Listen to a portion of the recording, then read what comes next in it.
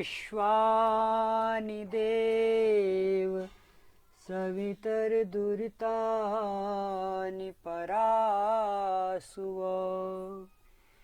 यद् भद्रं तन्यासुव तू सर्वेश सकल सुखदाता शुद्ध स्वरूप विधाता है। उसके कष्ट नष्ट हो जाते शरण तेरी जो आता है। सारे दुर्गुण दुर्व्यसनों से हमको नाथ बचा लीजिए। मंगलमय गुण कर्म पदार्थ प्रेम सिंधु हमको दीजिए। प्रेम सिंधु हमको दीजिए। ओम शांति शांति शांति। धर्म प्रेमी सज्जनों, सादर नमस्ते। आज आपके बीच में यज्ञ विज्ञान के बारे में कुछ चिंतन देता हूँ। बहुत लोगों की ये जिज्ञासा रहती है कि क्या यज्ञ तभी होगा जब घी हो, हवन सामग्री हो, समिधाएँ हों, नाना प्रकार के पदार्थ हों, क्या तभी यज्ञ संभव है?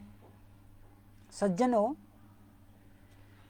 ये जितने भी बातें आपके सामने आ रही हैं, घी, सामग्री आदि अनेक पदार्थों की, ये प्रकरण देव यज्ञ का है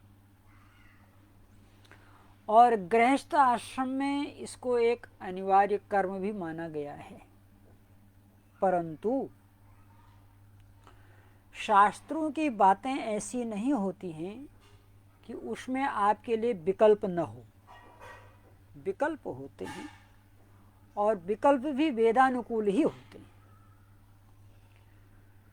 महर्षि याज्ञवल्क्य और महाराजा जनक का इस विषय में बड़ा लंबा संवाद है, जिसकी संक्षिप्त चर्चाएं हम आपसे करेंगे। जनक पूछते हैं, गुरुदेव यह बताइए, क्या घी के अभाव में यज्ञ नहीं होता? कहते हैं, हो सकता है जनक, क्यों नहीं हो सकता? आप दूध से यज्ञ कर सकते हो। क्या दूध के अभाव में यज्ञ नहीं हो सकता? हो सकता है जनक। आप जल से भी यज्ञ कर सकते हो। क्या जल के अभाव में यज्ञ नहीं हो सकता? हो सकता है जनक। आप वाणी से यज्ञ कर सकते हो। वाक यज्ञेन कल्पन्ताम। क्योंकि रस घृत में भी है, रस दूध में भी है, रस जल में भी है और सबसे उत्तम रस तो वाणी में है। जनक पूछते हैं, महाराज अगर वाणी न हो, एक समय ऐसा होता है कि जब व्यक्ति मृत्युशैया पर पड़ा रहता है, वाणी काम करना बंद कर देती है, तब भी यज्ञ किया जा सकता है। हे जनक, तब भी यज्ञ किया जा सकता है। जब वाणी हो जाए, मौन हो जाती है, तो मन फिर भी सक्रिय रहता है। आप मन से यज्ञ कर सकते हैं। मनोयज्ञेन कल्पन्ताम। फिर महाराजा जनक पूछते हैं, गुरुदेव मन हमेशा तो प्रसन्न रहता नहीं है, और खासकर उस अवस्था में, जिस अवस्था में मनुष्य मरणासन्न हो, वहाँ तो मन बहुत ही दुखी रहता है। फिर उस अवस्था में कैसे यज्ञ संभव हो सकता है? तो महर्षि याज्ञवल्क्य कहते हैं, जनक वहाँ भी हो सकता है। आत्मा व यज्ञेन कल्पन्ताम। क्योंकि ये जो शरीर है, ये इंद्रियां हैं, ये वाणी है, ये मन और ये जो बुद्धि है, ये तो जड़ पदार्थ हैं, परंतु आत्मा तो चेतन है। हे जनक, आप आत्मा से तीनों कालों में और प्रत्येक स्थिति में यज्ञ कर सकते हैं। परंतु हे जनक, इस बात को ध्यान देना योग्य है कि यज्ञ कहते किसे हैं। यज्ञ का अभिप्राय होता है देव पूजा, संगतिकरण और दान। जिस मानव में ये तीन चीजें होंगी वो हमेशा यज्ञ कर सकता है, बाहर के पदार्थ हो या न हो। पहली चीज क्या है? देव पूजा। देव शब्द के शास्त्रों में बहुत अर्थ हैं, लेकिन हम उस अर्थ को लेते हैं जो आम जनमानस के लिए ग्राह्य है, सहज है। आप देवता शब्द को 6-7 बार बोलिए, अर्थ निकल जाएगा। देवता देवता देवता देवता, बता दे बता दे, देवता दे देवता दे देवता। जो कुछ बताने का कार्य करते हैं, कुछ देने का कार्य करते हैं, कुछ त्याग का कार्य करते हैं, उन्हें देवता कहते हैं।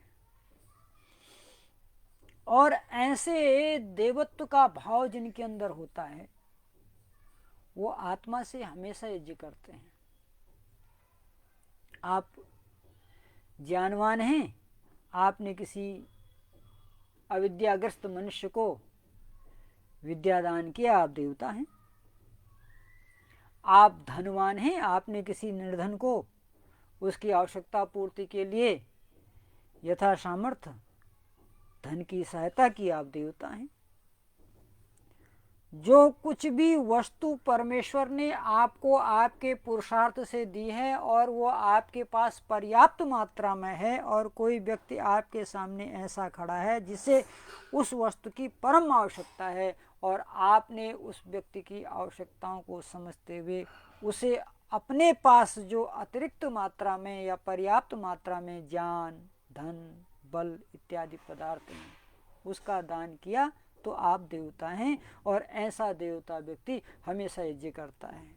फिर वह चाहे जंगल में हो या फिर सूखे प्रदेश में हो, राजस्थान में हो या फिर हिमालय की वादियों में हो, उससे कोई फर्क नहीं पड़ता है, क्योंकि उसके तो स्वभाव में है देना। देव यज्ञ में भी तो आप अग्नि देवता को घृत इत्यादि सामग्री देते हैं, तो भौतिक देवता हो गए, जड़ पदार्थ हो गए। लेकिन चेतन पदार्थ में माता पिता, आचार्य, अतिथि आ जाते हैं, भूखे प्यासे लोग आ जाते हैं, पशु पक्षी भी जो चेतन में हैं वो भी देवताओं में आ जाते हैं, जो आपके लिए निरंतर कुछ न कुछ करते रहते हैं। वायु की शुद्धि कर रहे हैं, गाय आपको दूध दे रही है, कुत्ता आपकी घर की रखवाली कर रहा है, पक्षियाँ आसमान में उड़ उड़ करके वायु को शुद्ध कर रहे हैं, जंगल के प्राणी जंगल में रह करके वहाँ पर एक अच्छी सुव्यवस्थित व्यवस्था में उन पशुओं को जो आवश्यकता से अधिक समाज की हानि करते हैं उनको भक्षण कर अपनी उदर पूर्ति भी कर रहे हैं, और मानव समाज में एक संतुलन भी बना रहे हैं, ताकि अरण्य वाले मैदान में न आए, मैदान वाले अरण्य में न जा कर के एक दूसरे के लिए सहयोगी बन सकें। ये प्रोग्राम हुआ। तो देव पूजा। दूसरा है संगतिकरण। जब आपके मन में किसी भी धार्मिक कार्य या सामाजिक कार्य, किसी भी परोपकार के कार्य में सहयोग देने की भावना होती है, आप उसका विरोध नहीं करते हैं। संसार में बहुत लोग अच्छे कार्यों का विरोध भी करते हैं, और इतिहास इस बात का साक्षी है। ये गुरु विश्वामित्र राजा दशरथ के वहाँ राम और लक्ष्मण को इसीलिए मांगने गए थे कि वो जब यज्ञ करते थे तो मारीच, सुबाहु आदि बड़े बड़े राक्षस आकर के उनके यज्ञ में विघ्न डालते थे। इसलिए वो वहाँ गए कि भाई मुझे अपने बालकों को दो यज्ञ की रक्षा के लिए। तो ऐसे बहुत लोग होते हैं जो शुभ कार्यों में विघ्न डालते हैं, परोपकार के कार्य में विघ्न डालते हैं। तो ऐसे लोग यज्ञ करते भी हैं तो उनका यज्ञ तामसिक यज्ञ होता है। इसलिए कोई सामाजिक कार्य हो रहा हो, परोपकार का कार्य हो रहा हो, चाहे वो पारिवारिक स्तर पर हो, चाहे वो राष्ट्रीय स्तर पर हो, यदि आप उसमें अपने तन मन धन और सामर्थ्य के अनुसार सहयोग कर रहे हैं, उनके साथ साथ मिलने की योजना बना रहे हैं, तो आप यज्ञ कर रहे हैं। मिल के चलो, मिल के चलो, मिल के चलो, लक्ष्य है महान सदा मिल के चलो, ऋषियों की संतान सदा मिल के चलो, लक्ष्य है महान सदा मिल के चलो, एकता में जिंदगी की उन्नति का राज है, एक हो के चलना अपने देश की आवाज है, देश की स्वतंत्रता और रक्षता के प्राण सदा मिल के चलो, लक्ष्य है महान सदा मिल के चलो, मिल के चलो, मिल के चलो, मिल के चलो, लक्ष्य है महान सदा मिल के चलो। तो जिनके अंदर संगच्छिदम की भावना होती है, मान लिया आप यज्ञ नहीं कर पा रहे हैं, तो जहाँ यज्ञ हो रहा है आप वहाँ बैठ जाइए, वहाँ कोई सेवा का कार्य ले लीजिए, या आप वहाँ नहीं जा पा रहे हैं तो आप अपने शब्दों के द्वारा, अपने अभिव्यक्ति के द्वारा, व्हाट्सएप से, फेसबुक से आप किसी न किसी प्रकार से वहाँ के आयोजकों को उस कार्यक्रम के लिए धन्यवाद दे दीजिए। आपकी संगतिकरण हो गई और आप उस यज्ञ में शामिल हो गए। संगतिकरण, देव पूजा, संगतिकरण। तीसरा है दान। समाज में अभावग्रस्त लोगों को कुछ न कुछ देते रहना चाहिए। और महाराज मनु ने, जो राष्ट्र के संविधान के प्रथम निर्माता थे, उन्होंने यहाँ तक लिखा है कि प्रत्येक मानव को अपनी पवित्रतम कमाई का 10वांश भाग समाज को देना चाहिए, एक अच्छे समाज के निर्माण के लिए। तो इसलिए दान की भावना जिनके अंदर होती है वह भी यज्ञ ही कर रहे हैं। तो अब आप ये नहीं कह सकते कि साहब हमारे पास पैसा नहीं है, हम घी कहाँ से खरीदें, सामग्री कहाँ से खरीदें, उत्तम उत्तम पदार्थ कहाँ से लाएं, तब तो हम यज्ञ कर ही नहीं सकते। वेद में यज्ञ की ये निम्न स्तर की व्याख्या नहीं है। वेद में हर शब्दों की उदार व्याख्या है और मानव मात्र उसको कर सके ऐसी व्याख्याएं हैं। तो इसलिए आपके पास, आपने परिश्रम किया है, पुरुषार्थ किया है, पुरुषार्थ ही आपका जीवन का ध्येय है, तो अपने पुरुषार्थ से आपने जो भी उत्तम पदार्थों को प्राप्त किया है, उन उत्तम पदार्थों को, भूखे को अन्न दीजिए, प्यासे को पानी दीजिए, नंगे को वस्त्र दीजिए, जो कुछ भी आपके पास है उसका दान करिए सामाजिक कार्यों के लिए।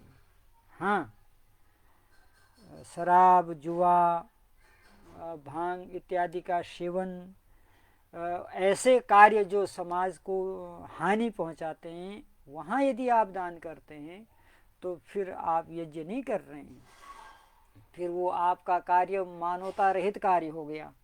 याद रखिएगा, दान के भाव में मानवता का हनन नहीं होना चाहिए।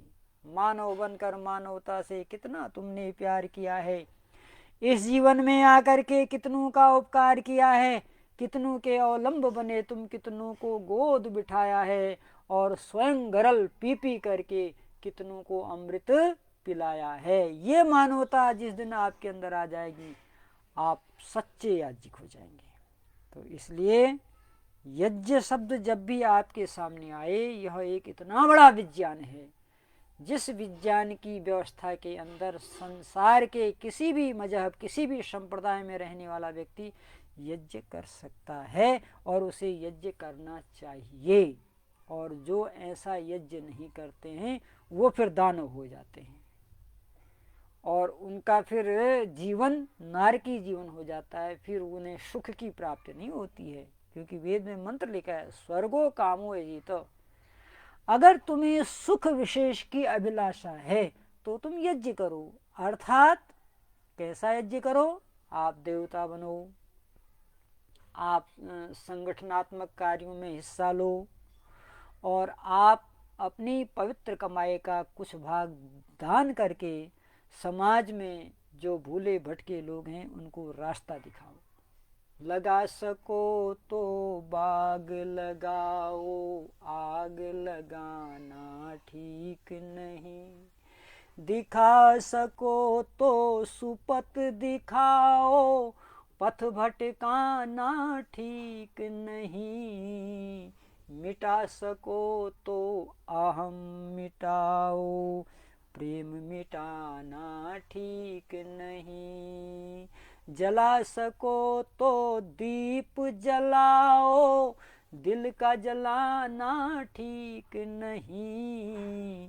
लगा सको तो बाग लगाओ, आग लगाना ठीक नहीं। बोल सको तो मीठा बोलो, कटु बोलना ठीक नहीं। ये कार्य ही याज्ञ कार्य है, इसलिए संसार का व्यक्ति है जनक सब यज्ञ कर सकते हैं और सबको यज्ञ करना चाहिए। यह यज्ञ एक विज्ञान है, यह अंधविश्वास नहीं है, यह पाखंड नहीं है, ये रूढ़िवादिता नहीं है, परंतु ये मानव को उठाने वाला सर्वश्रेष्ठ कर्म है। इसलिए कहा यज्ञो वे श्रेष्ठतमम कर्म। यज्ञ संसार का सबसे श्रेष्ठ कर्म है, वैज्ञानिक कर्म है, मानव मात्र को करना चाहिए। इन्हीं शब्दों के साथ आपका बहुत बहुत धन्यवाद। इत्योम शम।